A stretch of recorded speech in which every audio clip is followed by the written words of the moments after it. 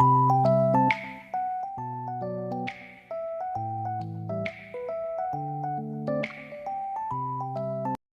అండి, ఇవాళ మన వీడియోలో రాయలసీమ స్టైల్లో వంట రాని వాళ్ళు కూడా చేసుకునేంత సులువుగా కప్పు కొలతలతో కజ్జికాయలు అయితే చేశాను. ఇవి ఎలా చేశానో మీకు పూర్తిగా అర్థం అవ్వాలంటే ఈ వీడియోని చివరిదాకా స్కిప్ చేయకుండా చూడండి. ఈ వీడియో కనుక మీకు నచ్చినట్లయితే ఒక లైక్ చేయండి. ఇంకెందుకండి ఆలస్యం, రండి వీడియోలోకి వెళ్ళి కజ్జికాయలు చేసేద్దాం. ఇప్పుడు మన కజ్జికాయలకి ఒక కప్పు గోధుమ పిండి తీసుకున్నాము. ఇప్పుడు ఇందులోనే 3 టేబుల్ స్పూన్ల సుజీ రవ్వ కూడా వేశాను. ఇప్పుడు కొద్దిగా సాల్ట్ కూడా వేసుకుందాం. ఇప్పుడు 1 టేబుల్ స్పూను ఆయిల్ కూడా వేసుకుందాం. ఇప్పుడు కొద్దిగా వాటర్ యాడ్ చేసుకుంటూ మనకు కావాల్సిన కన్సిస్టెన్సీ వచ్చేంత వరకు కలుపుకుందాం.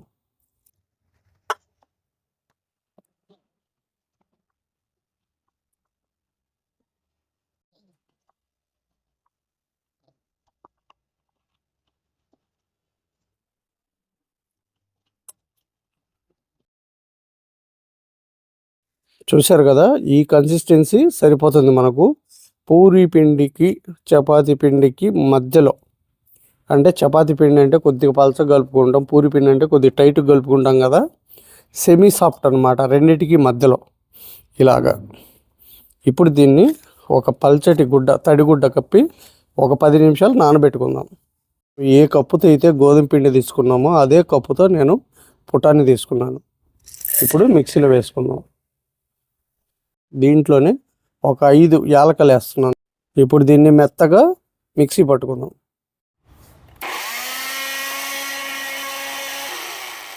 ఇలా మెత్తగా పౌడర్ చేసుకున్నాం కదా. ఇప్పుడు ఇదే జార్లో మనం ఏ కప్పుతో అయితే పుటాన్ని తీసుకున్నామో అదే కప్పుతో సగం కప్పు బెల్లం తీసుకుందాం. ఇప్పుడు ఈ బెల్లాన్ని కూడా మిక్సీ జార్లో వేసుకుందాం. ఇప్పుడు మూత పెట్టి ఈ 2 బాగా కలిసేలాగా మిక్సీ పట్టుకుందాం. ఇప్పుడు ఇందులోనే ఒక 4 టేబుల్ స్పూన్లు ఎండు కొబ్బరి తురుము కూడా వేసుకుందాం. నేను కొద్ది తక్కువ వేసానండి, మా పిల్లలు తినరు కాబట్టి. మీరు కావాలంటే కనుక ఇంకో 4 టేబుల్ స్పూన్లు కూడా వేసుకోవచ్చు. చాలా అంటే చాలా బాగుంటాయి. ఇప్పుడు కొబ్బరి వేసాం కదండి, ఇలా మొత్తాన్ని ఇలా ఒకసారి కలుపుకుంటే సరిపోతుంది. అదే మనం మిక్సీ ఆన్ చేసి దాన్ని కూడా పౌడర్ చేస్తే అస్సలు టేస్ట్ ఉన్నదన్నమాట. మనం తినేటప్పుడు ఈ కొబ్బరి పంటి కింద పడ్డప్పుడు కమ్మటి రుచి వస్తుంది. ఓకేనా? ఇప్పుడు దీన్ని పక్క పెట్టేసి నెక్స్ట్ ప్రాసెస్ చేసేద్దాం. 10 నిమిషాలు అయిపోయిందండి. ఇప్పుడు ఈ పిండిని చిన్న ఉండలు చేసుకుందాం.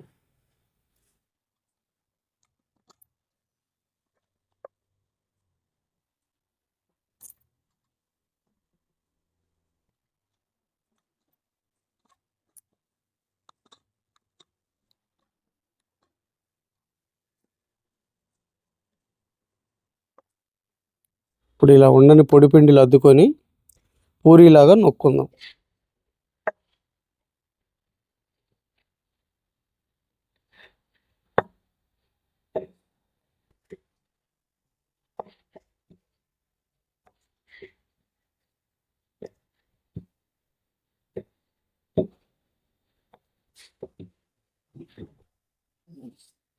ఇప్పుడు ఇలా నొక్కున్నాం కదండి.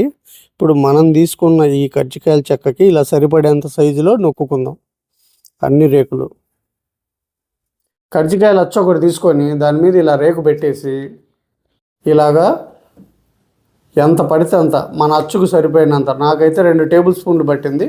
దీన్ని మెల్లిగా ఫోల్డ్ చేద్దాం. ఒకవేళ అతుక్కోదని మీకు డౌట్ ఏదన్నా ఉంటే కనుక కొద్దిగా ఎడ్జీలకి తడి చేసుకోండి. ఇలా ఎగస్ట్రా ఉన్నది ఇలా కత్తి కానీ ఒక స్పూన్ కానీ తీసుకొని ఇలా తీసేయండి.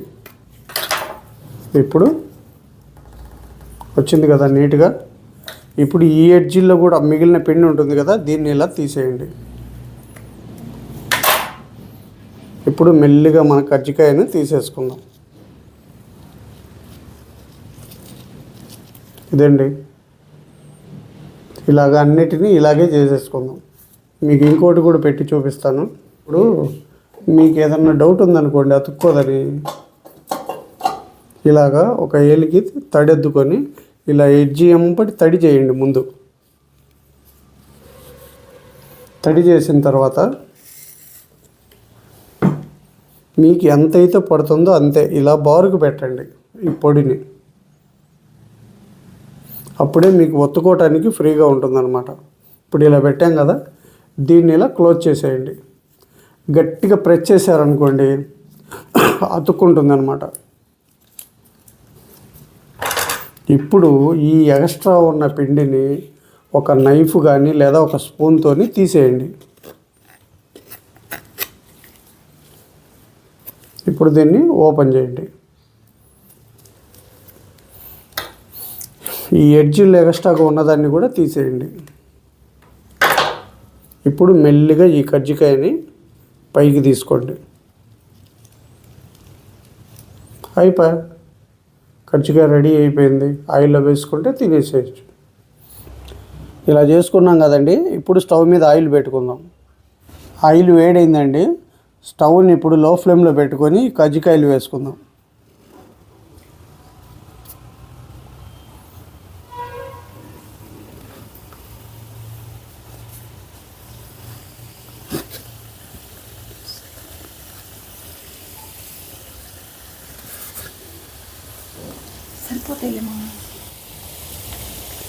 ఇప్పుడు స్టవ్ని మీడియం ఫ్లేమ్లోకి మార్చుకుందాం.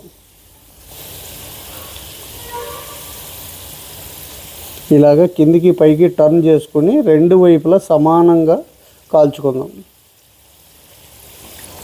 ఇలా రెండు వైపులు ఇలా తిప్పుకుంటూ స్టవ్ని మీడియం ఫ్లేమ్లో పెట్టుకొని లేత బంగారు వర్ణం వచ్చేంత వరకు కాల్చుకుంటే మన కజ్జికాయలు అన్నటివి చాలా చక్కగా వస్తాయి. రేకు విడిపోకుండా ఉంటుంది.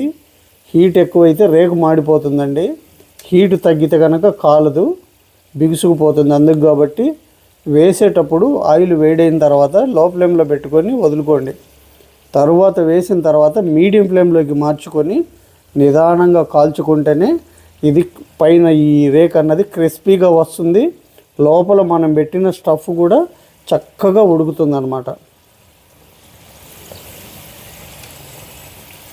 చూసారు కదా, కజ్జికాయలు అయితే రెడీ అయిపోయినాయండి. ఇప్పుడు సపరేట్ బౌల్లోకి తీసేసుకుందాం.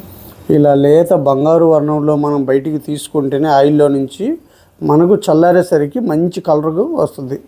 ఇప్పుడు ఈ మిగిలిన కజ్జికాయలను కూడా వేసేసుకుందాం.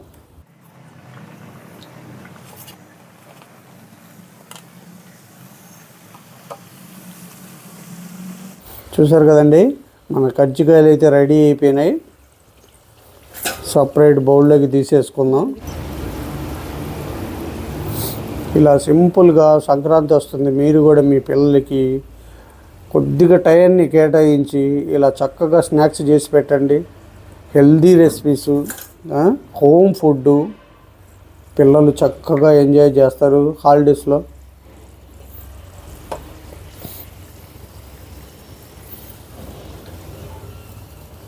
చూసారా, కజ్జికాయలు అయితే రెడీ అయిపోయినాయి.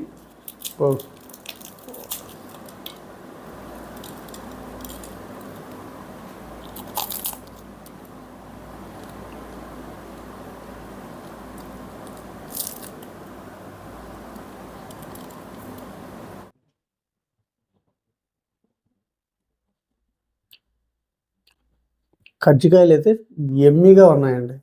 తింటుంటే ఇంకా తినాలనిపించే అంత టేస్ట్గా ఉన్నాయి. ఇంకెందుకంటే మన వీడియోలో మీకు జంతికలు చేసి చూపించాను, చెక్కలు చేశాను. ఈ వీడియోలో కజ్జికాయలు. ఇంకెందుకంటే లేటు, సంక్రాంతి వస్తుంది, హాలిడేస్ వస్తున్నాయి. మీరు కూడా మొదలు పెట్టేసి నా వీడియోని చూసి నాలాగే చేసేయండి. అది ఎలా వచ్చిందో నా కామెంట్ సెక్షన్లో చెప్పండి. ఈ వీడియో కనుక మీకు నచ్చినట్లయితే ఒక లైక్ చేయండి, షేర్ చేయండి, మన ఛానల్ని సబ్స్క్రైబ్ చేసుకోండి. మళ్ళీ ఒక మంచి స్నాక్ వీడియోతో మీ ముందుకు వస్తాను.